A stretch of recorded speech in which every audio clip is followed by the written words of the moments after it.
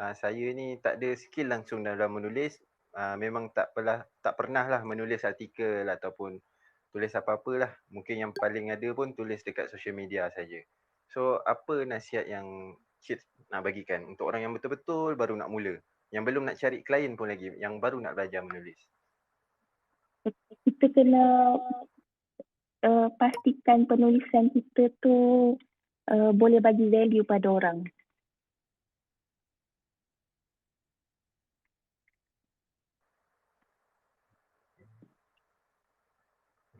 Okey. Hello? Hmm? Okey. Maknanya boleh bagi value lah. Maknanya bila orang baca artikel kita, dia mesti dapat some value lah. At least satu value daripada artikel Ya. kita. Betul? Sebab apa? Lepas tu Sebab dari situ dari situ kita boleh improve lah kita punya susunan ayat. Untuk apa kita buat improvement tu, kalau macam Cik Fazi macam mana? Cik Fazi ada apa kawan pena ke untuk check tulisan ataupun baca komen-komen pembaca ke? Macam mana Cik Fazi ambil feedback? Saya ambil feedback daripada klien. Klien saya ada yang jenis dia bagi je kerja dekat saya tulis, dia orang puas hati. Tapi ada juga klien, dia bagi kerja dekat saya tulis. Lepas tu dia bagi feedback. Belah sini kena improve sikit, tambah itu, tambah ini. So dari situ saya belajar lah. Okey, baik. Seterusnya, okey. Tadi apa, boleh tak Cik Fazi dah ceritakan macam mana Cik Fazi cari job apa semua. Boleh tak share pengalaman pertama, job pertama lah yang saya ingat Cik Fazi? Okey, job pertama saya masa lepas habis kelas Ghostwriter Junior tu, saya kena buat task. Task saya tu kena promote diri dekat Facebook. Waktu tu malu sangat sebenarnya. Tapi sebab kita nak buat benda ni kan, so kita promote je lah diri. Hari pertama saya promote tu banyaklah soalan, banyak DM, PM tanya berapa rate, macam mana buatnya. So minggu pertama tu dah dapat dah first job. Dengan posting tu sahajalah, maknanya posting bagi tahu apa kita buat apa semualah. Yes. So maknanya orang tahu. Tak ada buat ads apa, post je kat FB sendiri je. Betul. So betul lah tu. Maknanya kita takkan tahu ada orang nak servis kita, nak beli produk kita kalau kita tak tanya orang, betul? Betul. So ramai orang dia belum post, belum tulis, belum apa-apa lagi dia dah takut dulu, dia dah buat assumption yang macam-macam. Sedangkan dia tak cuba pun lagi. So first, maknanya let's say lah ada someone dalam ni antara pendengar kita yang nak buat duit dengan menulis secara freelance ke atau full time. So first kena tanya. Macam saya sendiri dulu, masa saya di banking nak masuk ke bidang penulisan ni, basically masa saya dekat bank tu saya dah menulis lah. Tapi saya nak masuk kerjaya full time sebagai penulis ni memang saya pergi cari dan saya approach. Ada tak kerja kosong kat sini? Ada tak kerja kosong kat sini? So saya pergilah portal-portal yang saya minat lah. Mostly on ekonomi atau kewangan. So bila kita tanya, baru peluang tu datang. Lagi banyak kita tanya, lagi banyak peluang datang. Betul tak? Betul. Alright. So kalau ada dalam kalangan pendengar nak tanya soalan, boleh terus request. Nanti saya approvekan, boleh tanya terus soalan. Alright. So, okay. Sekarang ni Cik Fazi promote kerja-kerja freelance Cik Fazi dekat mana? Dekat Facebook. Dekat Facebook sahaja? Dekat Facebook saja. Dekat blog pun ada juga. Tapi secara santai lah, dia tak adalah cakap saya buat servis menulis ni, siapa nak hirelah saya. Saya tak buat macam tu sangat. Saya buat macam tips ke macam mana nak menulis, apa business owner dapat kalau hire penulis-penulis macam ni. Okay, faham. So maknanya kita menjual dengan cara tidak menjual lah, lebih kurang selling without Soft sell. Soft selling lah orang ataupun orang panggil soft selling. So maknanya kita tunjukkan dulu value kita. Saya ada baca someone ni kongsi, dia ada tips dia lah, dia punya tips give 99% for free and charge the 1%. Something like that lah dia punya kata-kata. So tak kisahlah apa-apa bisnes ke sekalipun, produk or service, kita kena give value dulu. Bagi customer ni nampak yang kita mampu give value. Kita treat mereka as customer sebelum mereka membayar pun. Itu prinsip yang antara yang saya baru belajar dan saya cuba apply lah sekarang. Mungkin Cik Fazli dah apply secara tidak langsung kan? Okay. So next kita nak pergi dalam jenis-jenis penulisan. So penulisan ni kalau ikutkan ada banyak lah. Ada macam-macam. So boleh tak Cik Fazli kongsikan apa jenis-jenis penulisan yang ada? Based on yang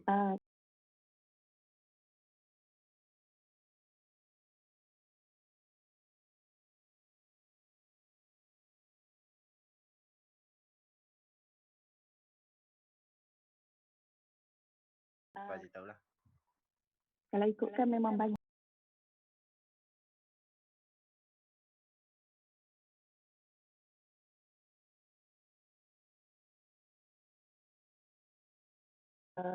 Customer lah. So kalau dari segi ghost writing ni, apa dia punya kelebihan, apa kekurangan dia? Kekurangan dia kalau contoh kalau kita tulis buku untuk orang kan, buku tu jadi hot sale, Bestseller lah. Bestseller. So kita tak dapatlah nama tu. Maybe kita akan dapat royalty atau bayaran langsam yang tinggi. Itu je lah. Cik Fazli pernah ghostwriting buku juga ke? Saya buat ghostwriting untuk personal branding dekat Facebook untuk business owner. So kalau post dia viral ke apa ke, kita tengok je lah kan. Tapi cuma kita tak boleh nak, orang kata macam mana, tak boleh nak bangga lah, nak bagi tahu orang yang tu kita yang tulis, betul? Tak boleh. Kita boleh bangga seorang diri lah orang kata kan. Alright. Okay, so dalam banyak-banyak tadi ada copywriting, ada penulisan artikel, ada yang tulis macam dekat social media, maknanya macam untuk buat branding, ada tulis buku. So dekat untuk Cik Fazli sendiri, yang mana paling banyak? Bahagian mana? Jenis penulisan yang macam mana? Penulisan artikel.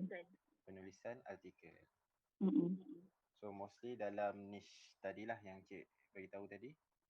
Yes, tapi saya open juga untuk bidang lain. Sebab semakin kita open, kita banyak lagi belajar.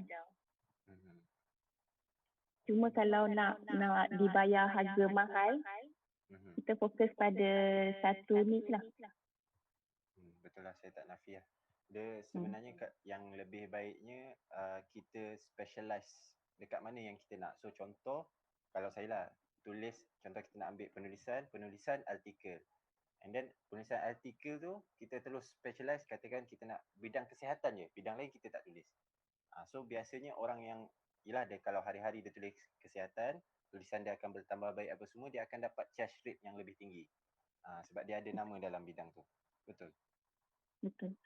Alright. So macam copywriting tu pernah buat jugalah? Pernah. Buat untuk Facebook dengan landing page. Untuk landing page. Baik-baik. So kita dah cerita bab jenis-jenis penulisan. So sebenarnya bab menulis ni pendapat saya sendirilah, yang paling susah adalah nak bina habit menulis tu sendiri. Sebab if you want to be a good writer, you need to write lah. Kalau nak jadi penulis yang bagus, kena banyak menulis. Kalau nak jadi pelukis yang bagus, kena banyak melukis. Nak jadi programmer yang bagus, kena banyak buat coding. So kita nak jadi expert dalam mana-mana bidang, kita kena ada banyak repetition lah. So macam mana Cik bina habit menulis ni? apa motivasi ke ataupun sistem yang cik ada guna? Saya seboleh-bolehnya setiap hari kena menulis. Tak kisah pasal apa, sama ada nak tulis jurnal ke, nak menulis topik-topik yang kritikal ke, saya cubalah. Alright. Cuma saya macam cik ada kata tadi, cik menulis jurnal kan. So itu kira memang habit setiap hari lah, memang tak pernah miss ke? Ada juga miss. Ada juga tapi 80% of daripada whole year tu 80% tulis lah, betul? Yes, betul. Okay. So dah berapa lama cik tulis jurnal ni? Jurnal ni baru setahun. Baru setahun.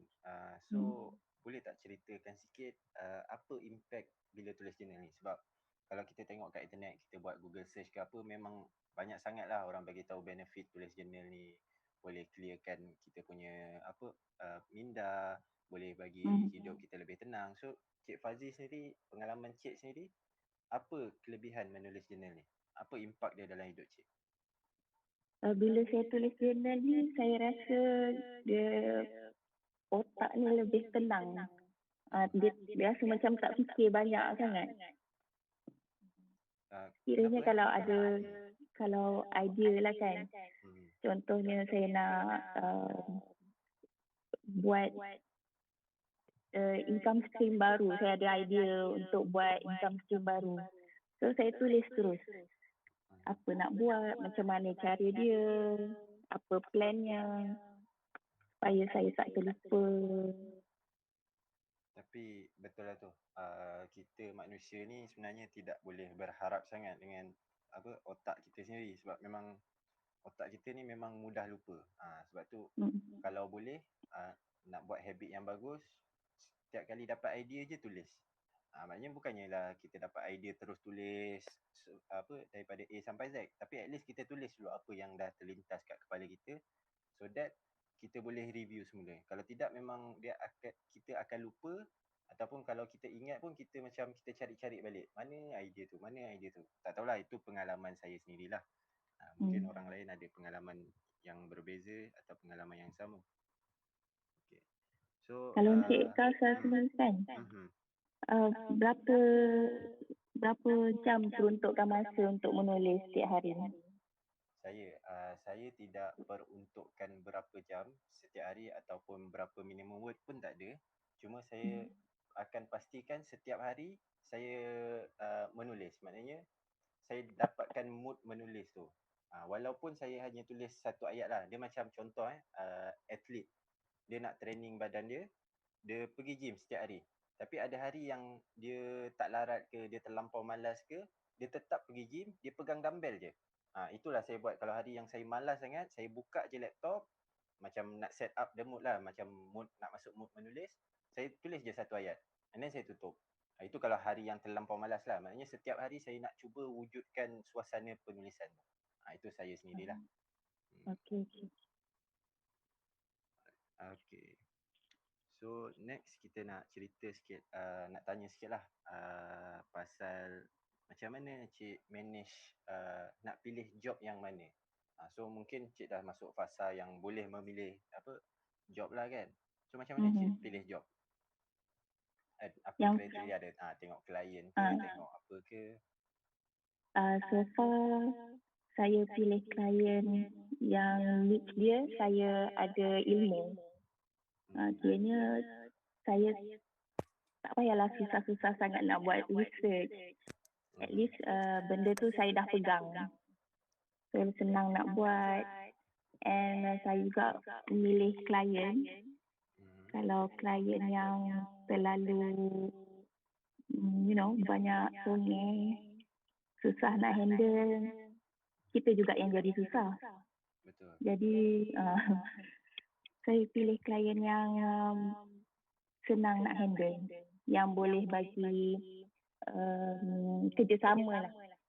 Boleh bagi kerjasama, boleh bagi ketenangan minda.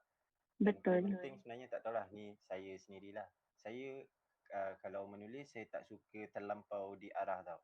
Maknanya awak kena tulis macam ni, macam ni, macam ni, macam ni. Yes, kita ada objektif penulisan tu, objektif artikel tu apa semua, tapi saya tak suka kalau terlampau didiktate lah. Sebab menulis ni adalah seni kreatif lah, betul. Saya tak adalah nak kata saya ni kreatif sangat, biasa-biasa je saya. Cumanya bila seni kreatif ni kita terlampau letak banyak sangat rules, dia tak keluar lah dia punya kesenian tu.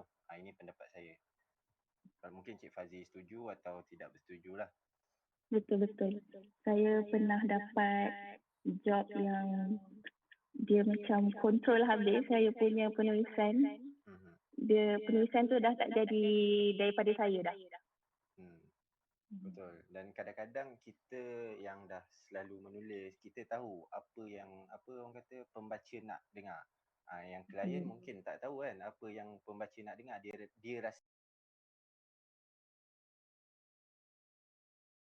dia tahu. Tapi sebab dia tak pernah buat survey ke apa ke, dia tak pernah menulis, tak pernah baca komen kat Facebook page dia ke apa semua. So dia rasa dia tahu, tapi sebenarnya dia tak tahu. Tu kadang-kadang saya reluctant sikit lah, jenis dia ambil kita untuk tolong dia, tapi dia tak nak dengar kita punya cadangan.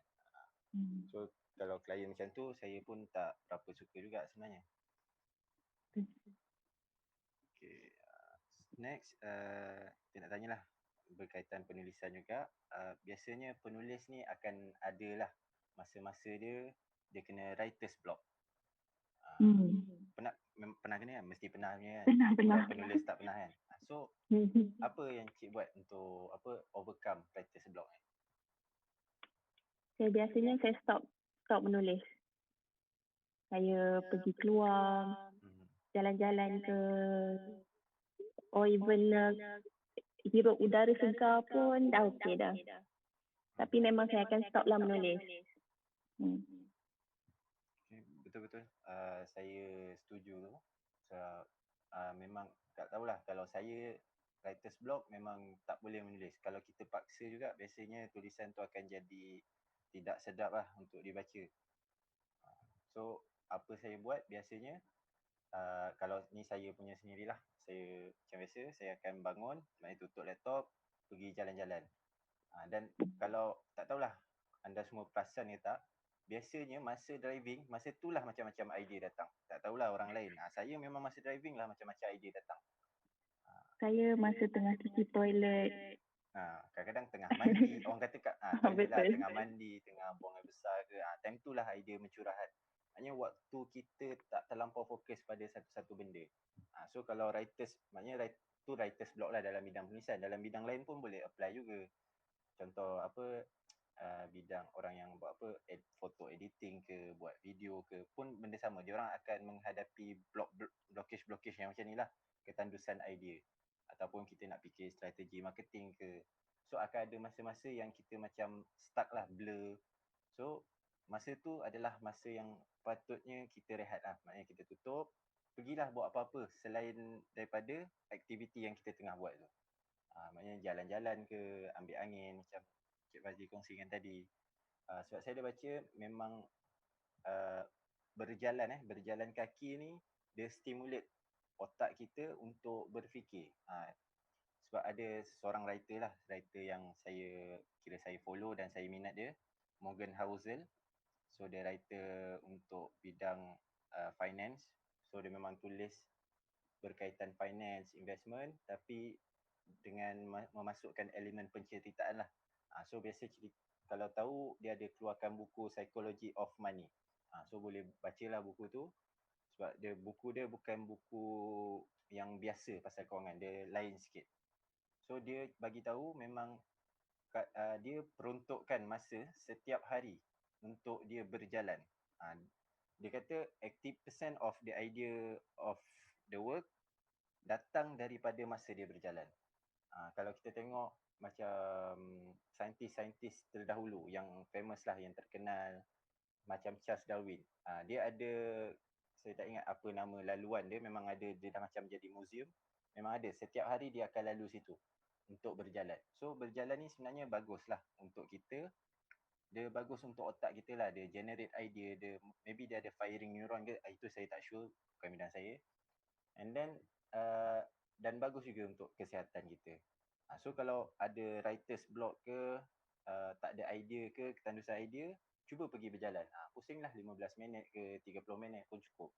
Mungkin akan dapatlah idea-idea baru. Okay. So, kalau dalam kalangan pendengar ada soalan, boleh request jadi speaker ataupun reply je dekat komen ke mana-mana. Saya akan tanyakan dekat Cik Fazi lah. Okay, so ada satu soalan Cik Fazi daripada Cisa. Dia tanya apa itu copywriting? Copywriting ni ayat untuk pujuk orang buat sesuatu. Contohnya nak suruh orang beli barang ke, atau nak suruh orang klik like dekat post kita pun kira juga. Okay, faham. Maknanya kita, tapi sebenarnya pendapat saya lah, any form of writing kita nak orang tu buat something lepas dia membaca kita punya tulisan tu. Tak kisahlah dia nak buat keputusan ke, keputusan nak membeli, keputusan nak melabur. So apa-apa sahaja, any form of writing dia ada objektif dia. Dia ada matlamat dia, apa kita nak, apa pembaca dapat bila dia habis. Bukan dia baca tu macam lalu macam tu je lah dekat otak dia, tak dapat apa-apa. Kalau macam tu, kita sebagai penulis, pada saya lah, gagal lah. So kita ada ni daripada Dina. Silakan Dina. Assalamualaikum. Okey, saya Dina.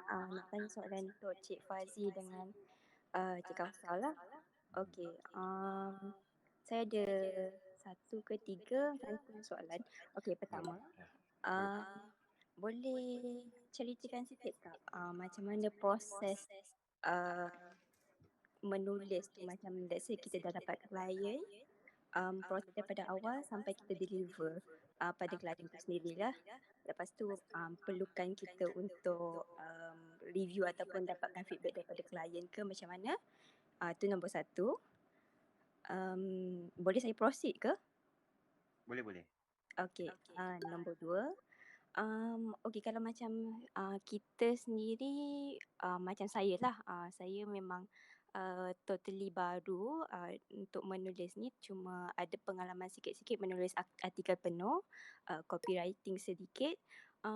Macam kita nak promote diri kita tu, advice daripada Cik Kausa dengan Cik Fazi sendiri, macam mana sebagai beginner tu kita which area yang kita boleh pergi untuk bermula.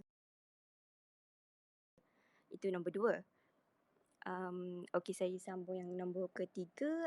Saya rasa tadi saya terlepas dengar Cik Fazi kongsikan platform-platform yang kita boleh gunakan untuk kita cari job tu. Boleh minta tolong ceritakan semula ke? Itu sajalah soalan saya. Terima kasih. Baik, terima kasih tanya soalan. So, saya bagi Cik Fazi jawab dulu. Boleh jawab soalan platform untuk cari job. Platform untuk cari job banyak. Upwork.com, freelancer.com. Kalau yang Malaysia punya boleh tengok dekat artist.com.my. Artist tu dia eja RTIST. Kalau nak sebenarnya banyak lagi. Korang boleh Google je website freelancer, nanti akan ada list out. Banyak sangat website yang korang boleh cuba. Okay, baik. Cik Kausa ada nak tambah? Saya tak ada sebab saya tak ada pengalaman cari job macam tu. Saya tak pernah mencubalah platform-platform ni. Okay. Dan soalan kedua, macam mana nak promosikan diri sebagai seorang pemula, beginner? Boleh jawab dulu Cik Fazi, nanti saya tambah. Okey, kalau saya lah cara saya selang-selitkan soft sell dengan hard sell dekat Facebook saya, dekat blog, dekat Facebook. Cara saya contohlah, kalau hard sell tu saya cakap terus direct. Saya ada buat servis ni, kalau berminat boleh PM, boleh WhatsApp. Kalau yang jenis soft sell tu pula, contohnya saya ambil gambar workspace saya, laptop ke PC ke, Lepas tu saya akan cerita. Ini antara gadget-gadget yang saya perlukan untuk buat artikel untuk klien. Lebih kurang macam tu. Ataupun boleh juga kalau kita nak buat konten-konten yang macam tips menulis supaya orang baca sampai habis artikel tu, lebih kurang macam tu lah, yang berkaitan dengan penulisan. Okay, baik. Boleh tak Cik, biasa Cik kongsikan apa tips-tips penulisan tu dekat mana ya? Mungkin ada dalam kalangan ni yang nak baca tips-tips tu. Saya dah jarang buat konten macam tu sebab sekarang saya tak cari klien. Okay. Ianya klien yang cari. So saya stop lah. Tapi kalau nak tengok contoh-contoh, saya pernah buat dekat Facebook saya. Dia kena scroll bawah-bawah sikit lah. Tak payah, Sebab kalau sekarang Facebook tak payah scroll pun tak apa sebab dia ada option kita boleh pilih ikut year. So maybe tahun-tahun bila Cik Fazi tulis tu? Boleh tengok tahun 2019, 2020. So kalau ada yang nak tengok boleh nama Facebook sama dengan nama Twitter. Fazi Razak. Boleh pergi ke Facebook Fazi Razak and then cari post yang 2019 dan 2020. Betul? Betul. Kalau nak tengok yang latest tu, saya banyak buat konten pasal Australia. Tapi dekat bawah konten tu, saya tulis Fazi Razak, Ghostwriter for Hire. Itu kira macam promotion jugalah. Okay, baik. So, mungkin saya komen sikit lah saya punya pengalaman. So macam saya sendiri dulu, contohlah saya ada tulis untuk satu blog tu, satu portal ni. Mula-mula saya approach dia untuk tulis for free. Memang masa tu tak ada pengalaman sangat kan, orang pun tak kenal apa semua. So approach je, boleh tak saya nak menulis, saya tulis artikel, boleh tak tolong publishkan dekat website-website ni. So adalah hantar kepada beberapa website. So bila kita dah ada hantar di beberapa website ni, kita boleh jadikan sebagai portfolio kita. Dan kita boleh tengok juga apa feedback orang ramai ataupun pembaca terhadap penulisan kita. So contohlah kita post macam saya pernah tulis dekat majalah Labu. So saya boleh, sebab dia ada audiens yang besar dalam audiens dia semua yang minat pelaburan apa semua kan, dan dia ada audiens yang besar. Saya tak ada audiens sebesar tu. So saya join dan saya hantar artikel saya dan dia publishkan for free. Jadi saya boleh tengok lah bila dia publish tu banyak audiens yang baca, saya boleh tengok komen, apa komen-komen orang, apa yang orang tak puas hati dengan artikel ni ke, ataupun apa yang orang suka. So dari situ saya boleh improve and then saya akan hantar lagi sampai satu tahap, biasanya lah kalau kita ni menulis dengan bagus, dia akan offer kita. And then kalau untuk branding macam Cik Fazi sharekan tadi lah, saya pun banyak juga kongsi tips-tips lah sebelum ni. Sekarang baru, dah lama sebenarnya saya tak kongsi tips-tips konten ke penulisan ke. Sekarang baru mungkin nak start balik lah.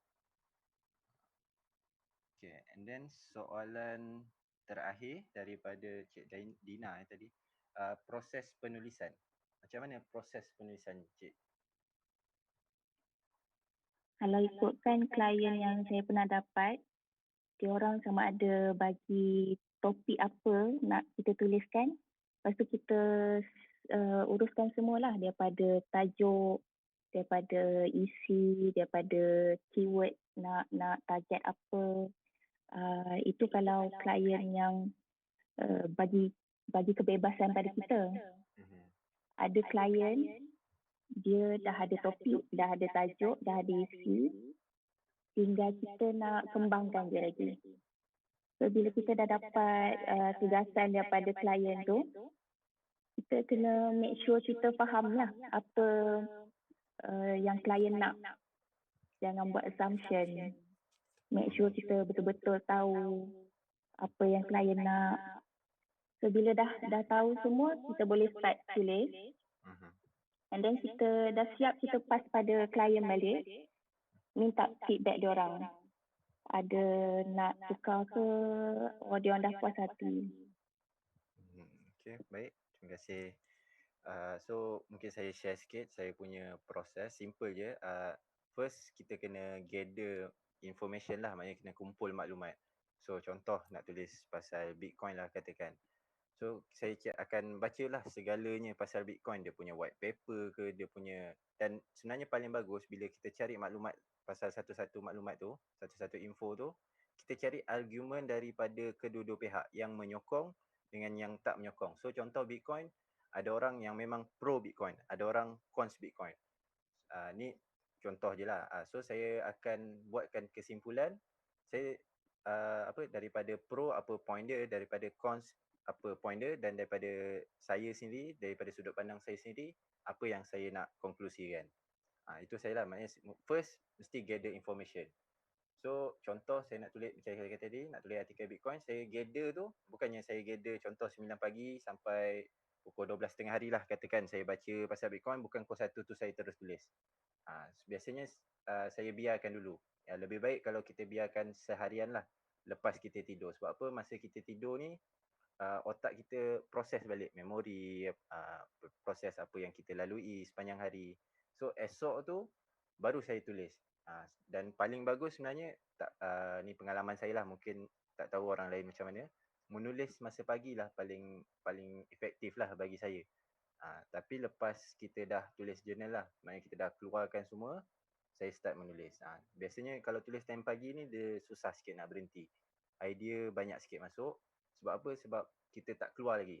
Dan kalau boleh, kalau nak menulis time pagi ni, jangan buka berita, jangan baca media sosial, jangan buka email, jangan buka apa-apa. Terus menulis. Sebab apa? Benda-benda ni yang akan mengganggu kita nanti. Dia akan kacau lah pemikiran kita apa semua. And then lepas tu barulah proses editing. So bila dalam proses editing ni, apa yang saya buat, antaranya saya first kita kena baca semula lah. Paling bagus kita baca kuat-kuat lah. Maknanya kita baca sampai dengar dekat telinga kita sendiri.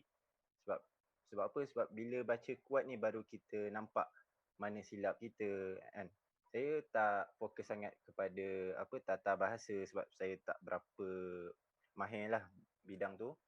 Sebab tata bahasa kadang-kadang memang ada salah lah tata bahasa tu. Semua saya pentingkan penulisan saya tu sampai apa yang saya nak sampaikan tu, apa message yang saya nak sampaikan.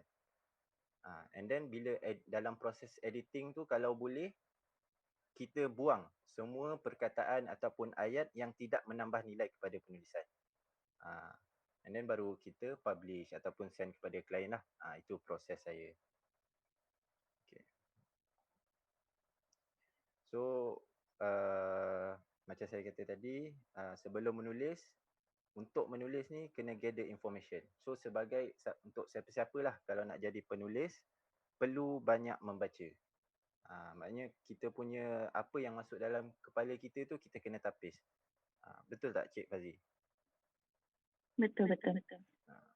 Sebab apa, kalau boleh kita ada content diet kita sendirilah, seperti mana kita menjaga diet makanan kita. Sebab siapa yang kita follow dekat Twitter, dekat Facebook, kat TikTok ke akan mempengaruhi fikiran kita. Bila kita follow orang tu, sebenarnya kita dah, macam saudara Buhari pernah cakap lah, kita dah bagi lesson dekat orang tu untuk pengaruhi otak kita di masa akan datang. Sebenarnya siapa yang kita follow tu dia akan tulis something ataupun dia bagi post video ke, podcast ke, anything lah. Dan benda-benda tu bila kita baca setiap hari, setiap minggu, setiap bulan, bila dah lama-lama dia akan mempengaruhi pemikiran kita. So sebab tu kalau boleh kita jaga kita punya content diet lah. Siapa kita follow, apa kita baca, tak ada masalah nak baca apa-apa pun, nak baca komik ke, nak baca gosip ke apa, tak ada masalah. Tapi janganlah expect kalau kita banyak baca gosip, banyak baca berita, kita dapat dapat dapat hasilkan hasil kerja yang baik. Kalau kita punya content diet kita sendiri bermasalah. Tak ada masalah kita nak baca, nak tengok, nak binge watching Netflix beberapa jam setiap hari ke, tak ada masalah. Tapi jangan expect something lah daripada situ. So mungkin Cik Fazi boleh kongsikan apa yang Cik Fazi suka baca lah, buku apa ke, ataupun blog berkaitan penulisan ke? Kalau saya banyak baca pasal SEO. SEO. Sebab nak apa? Naikkan ranking artikel yang kita buat. Okay, faham. So ada jugalah job freelance yang berkaitan SEO. Ada. Okay, baik. So, sekejap saya tengok kalau ada soalan lagi. So, kalau ada yang lain nak tanya soalan, boleh je request speaker ataupun reply je dekat Twitter ke. Sekejap, mungkin ada orang DM. Alright. Ni ada soalan daripada Azam. Dia tanya, Assalamualaikum. Dia nak tanya cara nak set up blog sebab apa yang saya tahu kita ada banyak blog Medium macam Blogspot, WordPress dan sebagainya. Jadi macam mana nak set up blog dari zero sampailah post kat blog? Silakan je Razif. Ni panjang topik ni. Mungkin tak payah, kita ringkaskan lah. Kalau saya sendiri, saya guna Blogspot je. Tapi guna domain sendiri. Macam mana? Kita kena register lah. So tu maybe a bit technical lah orang kata. Ya. So, tapi kalau nak pergi betul-betul, saya cadang pergi dengan WordPress. Lagi senang nak customize. Betul, saya setuju. Tapi ni pendapat saya lah. Sebelum kita mula nak buat blog ke ataupun nak buat website ke, kita kalau boleh kita cuba dulu menulis secara konsisten. Sebab apa? Sebab bila kita buat website ni kita dah invest lah walaupun tak banyak. Maybe 200-300 je kita beli domain apa semua, tapi kita dah invest lah. So bila kita invest, kita kena bagi komitmen. Jadi sebelum kita decide betul-betul nak tulis blog ke nak buat website, bina dulu habit menulis tu. Banyak platform yang kita boleh guna sebenarnya. Tak perlu guna website dulu, post dulu di Twitter ke, di Facebook. Atau kalau kita rasa kita dah power sikit, kita sekarang kita boleh buat newsletter. Kita ada platform macam Substack, di mana dia bagi peluang kepada content creator untuk kumpulkan email dan bagi content kepada email subscriber. So buat benda-benda yang free ni dulu.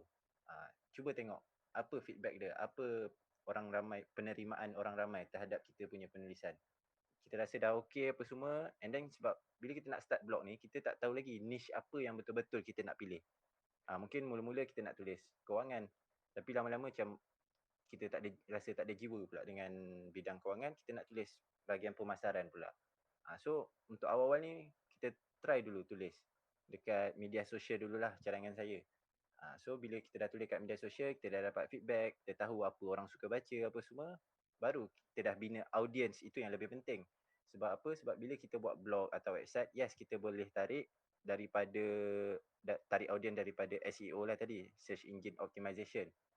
Untuk yang tak tahu, SEO ni maknanya kita buat optimization supaya kita punya blog tu naik di halaman pertama Google.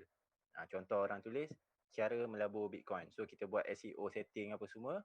Bila orang search akan keluar blog kita di halaman pertama. Itu SEO punya teknik lah.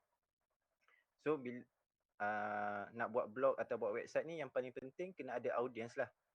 So kalau kita dah ada audience baru kita buat website lebih baik. Itu pendapat saya lah. So kita ada seorang lagi speaker. Kita akan habis sebelum 10 suku lah insyaAllah. So kita ada Ezhad. Ezhad ni seorang penulis juga dan seorang marketer. So saya nak jemput dia sikit lah cakap sepatah dua. Boleh Ezhad?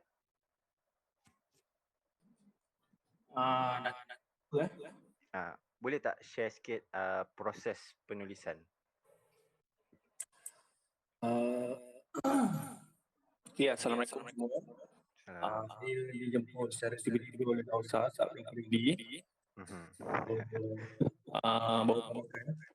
Okay, so balik kepada request Kausa tadi, macam mana preparation untuk buat penulisan. So first kali kita kena tahu penulisan apa yang kita nak buat. Penulisan ni saya kategorikan kepada dua kategoris. Yang pertama adalah copywriting dan yang kedua adalah content writing.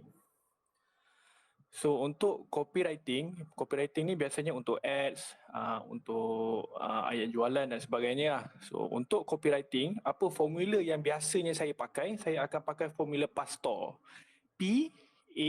PASTOR. Okay, dengar Dengar Kausar? Dengar, pastor.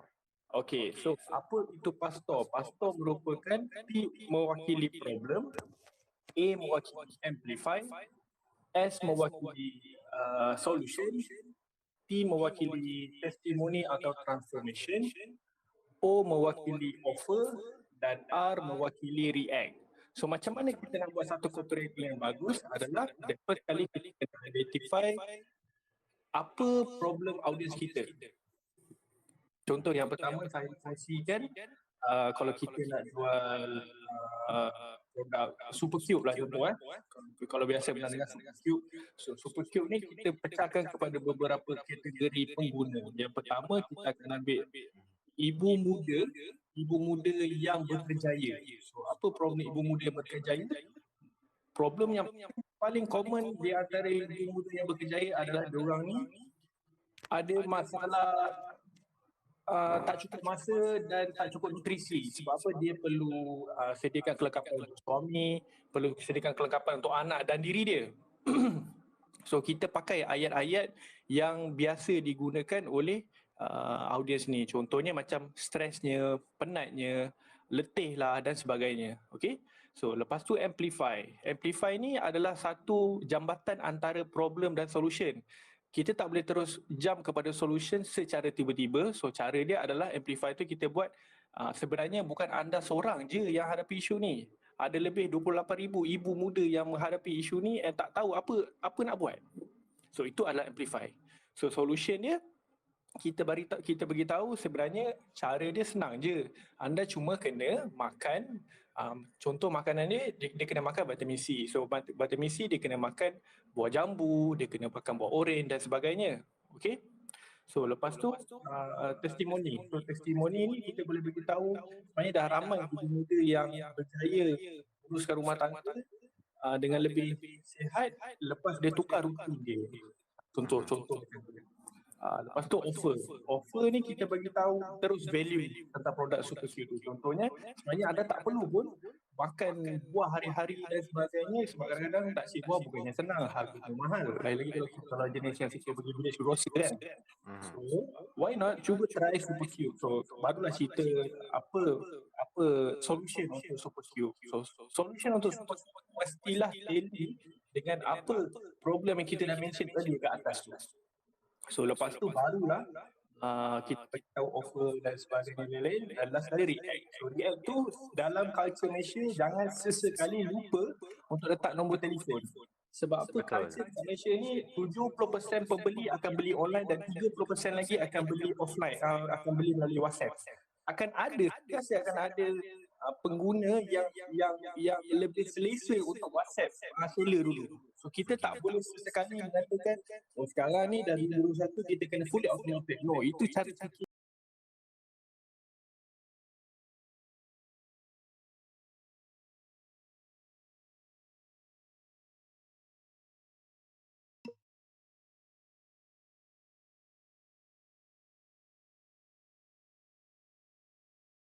Yang bagus yang saya nampak Digital yang bagus dia akan ada staff juga yang handle WhatsApp.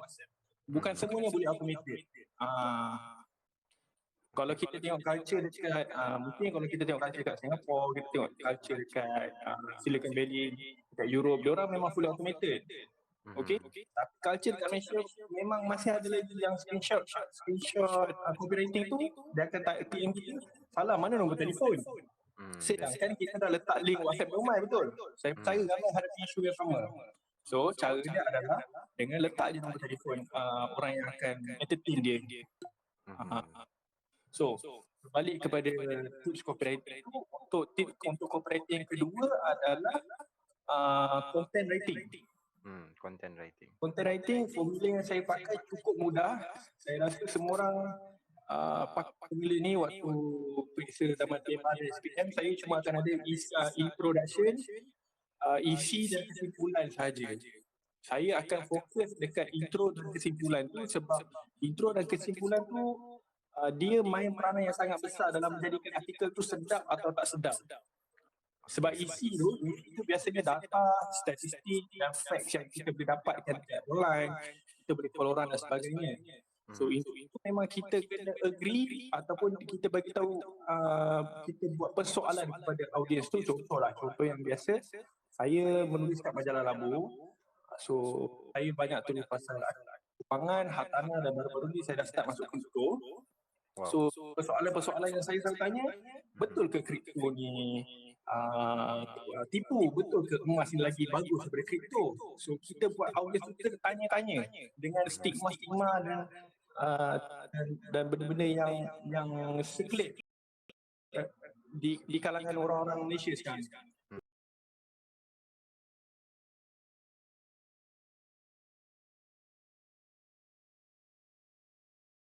Lepas tu barulah kita bagi facts, data. Contoh kita bagi berapa harga penurunan dan kenaikan dan sebagainya. And last kali kesimpulan, sangat penting untuk kita conclude dengan betul bahawa apa stand kita sebagai penulis. Adakah kita setuju yang kripto tu benda yang bagus ataupun sebaliknya. So jangan sesekali ambil keputusan untuk jadi literal dan sebagainya. Boleh certain artikel boleh, tapi untuk credibility dan prolific penulis tu ada stand yang tersendiri. Yes, betul. Penulis perlu ada dia own voice sepatutnya lah. Dan betul, saya setuju dengan apa structure writing ijat. Very simple, macam PMR, ada intro, ada isi, ada kesimpulan. Dan sebenarnya paling penting pada saya adalah intro. So sebab dalam intro ni lah orang decide sama ada nak teruskan baca artikel kita atau tidak. So kalau intro kita tak catch their attention, dia orang tak akan baca sampai habis. Dia orang akan tinggalkan je lah artikel kita tu. So dekat intro ni kita bagi tahu apa yang dia akan dapat daripada artikel ni. Kita timbulkan persoalan ke ataupun kita janjikan sesuatu. Maknanya kita janjilah kita akan jawab soalan ataupun kita janji kita akan ajar dia something. So anything lah. So macam Jad, kau tulis mana dulu? Intro dulu ke, isi dulu ke, kesimpulan dulu ke? Kesimpulan tak mustahil lah dulu kan. Okey, sekali tips yang saya akan kongsikan untuk semua pendengar Twitter Space malam ni adalah cara untuk mengelakkan writer's block. Okey? Sebenarnya tak ada istilah writer's block tau sebenarnya. Writer's block ni digunakan oleh writer-writer yang tak buat research dengan betul sahaja. So macam mana nak buat research yang betul? Caranya adalah dengan jalan-jalan dekat social media, jalan-jalan dekat Facebook, Twitter dan Instagram, tengok apa sentimen orang tentang satu topik yang kita akan cakap tu. Nombor dua, kita call orang yang betul. Kita call contohnya call orang yang tepat untuk bercakap tentang isu yang kita akan tulis ni. Dan nombor tiga, barulah kita pergi ke blog community yang lebih advance lah. Contohnya macam forum Lokyat. Terkini saya sekarang ni banyak involve directly dalam creators economy dekat Malaysia. So, bukan involve directly, which is saya tengah study lagi apa itu creators economy dan sebagainya. So kita nampak blog-blog yang patut orang Malaysia baca sebenarnya adalah contohnya indiehackers.com, Reddit dan banyak gila lah sebenarnya kalau korang buka pasal creators economy. Creators economy ni akan jadi the next new thing, which is kita call dia web 3.0. So currently kita dekat web 2.0. So untuk kita kekal relevan, kita kena setapak lebih ke hadapan berbanding orang lain lah. So tengok macam mana creators ekonomi buat duit. Macam mana penulis-penulis diorang tu boleh jana 10,000, 20,000 dengan fokus kepada satu niche saja tapi dapat banyak klien. Tak semestinya kita kena menulis dalam pelbagai niche tau. Dia akan menyebabkan kita exhausted, kita akan depressed dan sebagainya. Saya pernah hadapi isu tu. Malam ni saya tulis hartanah, besok saya tulis pasal SaaS, besok lagi saya tulis pasal copywriting, ubat kuat dan sebagainya, yang saya jadi jam. So cara yang paling senang adalah kita cover satu niche. Contohnya kita cover hartanah dan kita konkur betul bidang tu sampai ke orang yang akan cari kita untuk tulis tentang mereka. Macam tu. Baik. Terima kasih Jad. So mungkin kita boleh adakan sesi lain pasal creators ekonomi, insyaAllah. Kalau sudilah. So sebelum kita habiskan, kita ada 2 saja soalan lagi. Mungkin Pak Abu ada request, boleh tanyakan soalan? Assalamualaikum warahmatullahi wabarakatuh. Waalaikumsalam. Okey, saya tak adalah nak bertanyakan soalan, cuma just ingin berkongsi sebab saya ada dengar beberapa kali majalah Labu itu di-mention dalam space ini. Okey, saya adalah antara beberapa orang awal yang terlibat dalam pembentukan majalah Labu ini. Aduh, segan. Antara yang saya bukanlah orang yang di dalam itu, tetapi adalah orang yang antara yang kita brainstorm dia punya direction, kita brainstorm apa konten-konten yang sepatutnya lah. Jadi pada malam ini mungkin apa yang saya boleh kongsikan bukan berkenaan copywriting, tetapi ialah content writing seperti yang Jad kata tadilah. Boleh. So content writing itu especially dalam Malaysia yang paling menarik sekali ialah kita menulis dalam bahasa Melayu dan kita consume konten dalam bahasa Melayu. Jadi konten bahasa Melayu ini kita boleh panggil low hanging fruit. Senang cerita, kau tulislah apa saja sekalipun memang orang akan consume benda tu. Dan dia punya competition compared dengan English sangat-sangat rendah. So I can guarantee if you write anything in bahasa Melayu, you will rank in Google. Okay, saya ambil contoh. Saingan dia hanya orang Malaysia lah. Betul Pak Abu. Betul. So kalau ada beberapa tool kita boleh gunakan untuk kita check sama ada website ini dia punya traffic drive from social media ke, Google ke, ataupun newsletter ke. So saya ambil contoh untuk majalah Labu tadi. Korang boleh pergi similarweb.com, similarweb.com, masukkan majalahlobo.com kat situ. Lepas tu scroll kat bawah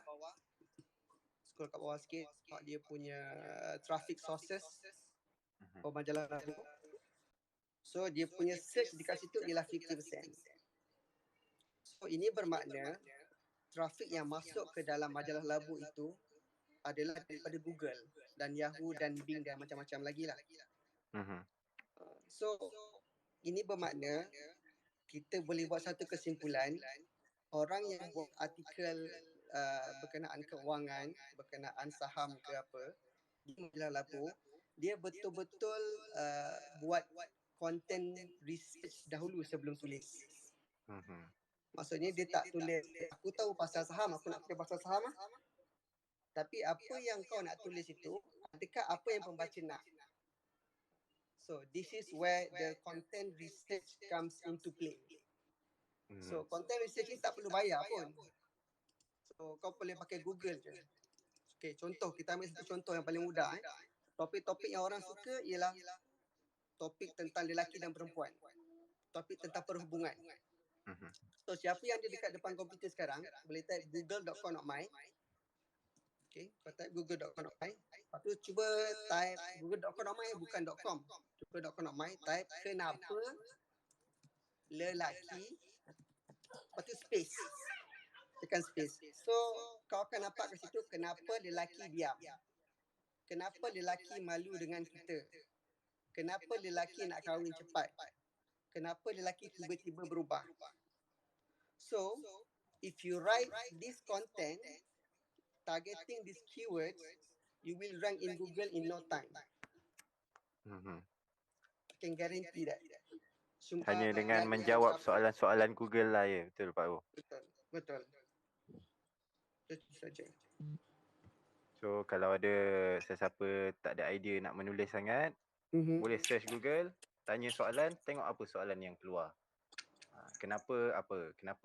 So and then kita bolehlah bina konten daripada situ. Baik, kita pun dah hampir kepada penutup, dah pukul 10.08. Mungkin kita boleh ke kesimpulan. Boleh saya minta Cik Fazi dulu simpulkan untuk malam ni. Topik kita malam ni. Saya just nak cakap kebelakangan ni ramai yang PM dengan email saya pasal freelancing ni. Ada yang sedang bekerja dan hello? Boleh dengar? Mungkin ada masalah teknikal kot. Sekejap ya. So sementara kita tunggu Cik Fazi, kita ada satu soalan dan dekat DM saya, dia tanya macam mana nak letakkan rate harga servis penulisan ni. So maybe Nizat boleh kongsikan dulu macam mana kita nak letak rate ni je. Saya sebenarnya kurang pasti nak letakkan rate. Tapi biasanya dia bergantung kepada type of difficulty artikel tu. Kena research. Kalau SEO pula kita nak yang apa pelbagai faktor. Saya rasa for start mungkin 2-300 still okay. So dia bergantung kepada macam kat Malaysia ni dia bergantung kepada siapa nama penulis tu. So saya to be honest memang saya tak berapa sure lah berapa nak letak harga. Tapi boleh cuba try letak 2-300 dulu untuk start.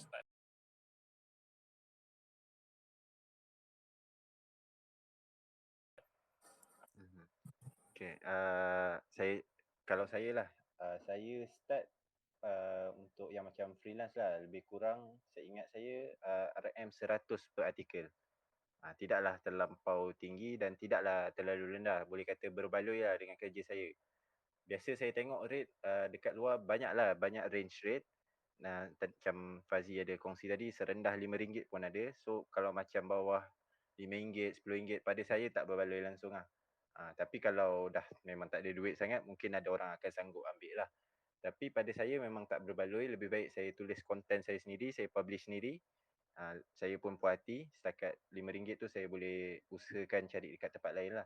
So kalau masa awal-awal dululah dalam